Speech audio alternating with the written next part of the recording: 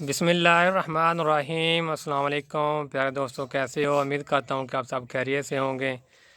तो मैं भी ठीक ठाक हूँ, अल्लाह पाक का करम है, शुक्र अल्हम्दुलिल्लाह।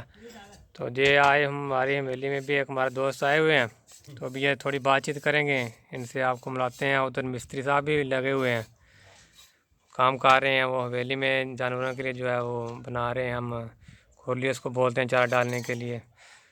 तो अभी ये दूसरे भाई साहब आसफ भाई पानी पी रहे हैं। तो अभी शुरू करते हैं जी, आपको अच्छी अच्छी बातें सुनाएंगे मज़ाहिया से थोड़ी। तो आओ मिलते हैं इनसे। अस्सलाम वालेकुम भाई साहब, क्या हाल है आपका? वालेकुम सलाम जी, दुआ है जी। हाँ जी, दसो जी, कोई अच्छी गल्लां सुनाओ ना मज़ाहिया। अच्छी जी। हाँ, मज़ाहिया गल्लां कोई दसो। मोगा ला दे। मोगे ला दो, नहरा चला दो कोई। दुनिया वाली ते मोगे तो मुकने ही नहीं ना। नहीं, मोगे नहीं मुकने, मोगे लम्मे ने जी। विसाखा एक दिल दा वजन करे ना कीता दी ध्यान। एक दिन हैदर सफ्तर पहुंचे जंगल बियाबान। वाह एक मात ने अर्ध नमाज गुजारी मारण दे समयान दे विच। या हजरत मेरा तामा बंद ना खर सजदा तेरी शान दे विच। वाह वाह हर छुरी कट गोश्त मेरा खातर देश मेहमान दे विच। एक बात कबूतर दोनों बोले अरब वाली जबान दे विच। वाह या हजरत असाए फरिश्ते राधे फलक वाले आसमान दे विच। तैं जे सखी ने वेखिया ढूंढिया कुल जहान दे विच। वाह असमिया सखा खुदावंद अकबर परवरदिगार। खुदावंद अकबर परवरदिगार कादर तेरी कुदरत हद बेशुमार। कदों पैदे कीता लौला कलेमान। कदों पैदे कीता लौला कलेमान। तेरे दर ते आया बेकस गदा। ते तू मुश्किल हल कर मुश्किल कुशा। फजल की निगाह करम का नज़ारा मदद कर मोहम्मद बिना में खुदा। वाह माशाअल्लाह सल्लल्लाहु अलैहि वसल्लम। अवल का इमाम अली शाह दलेल। अवल का इमाम अली शाह दलेल। चढ़ता है करता है अल्लाह दा शेर। कफारा कबूता को लेता है घेर। दूसरा इमाम शाह हसन ऊपर वसे मेरे मन करम। मदद के सन 12 ते 5 तन। वाह माशाअल्लाह। तीसरा इमाम हुसैन शहीद। तीसरा इमाम हुसैन शहीद करके देसी जन्नत की रशीद।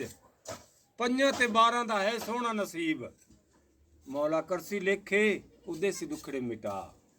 तेरे दर ते आया बेकस गदा। तू मुश्किल हल कर मुश्किल कुशा।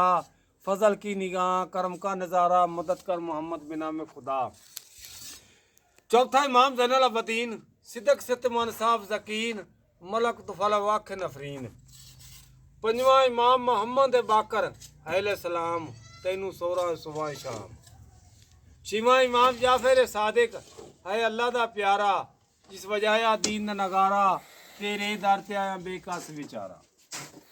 सतवां इमाम मूसा काजम जिन्हों बनाया मौला दा मुलाजम।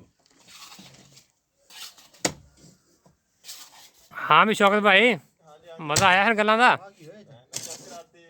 सही मज़ा आया है। चलो चंगी गल।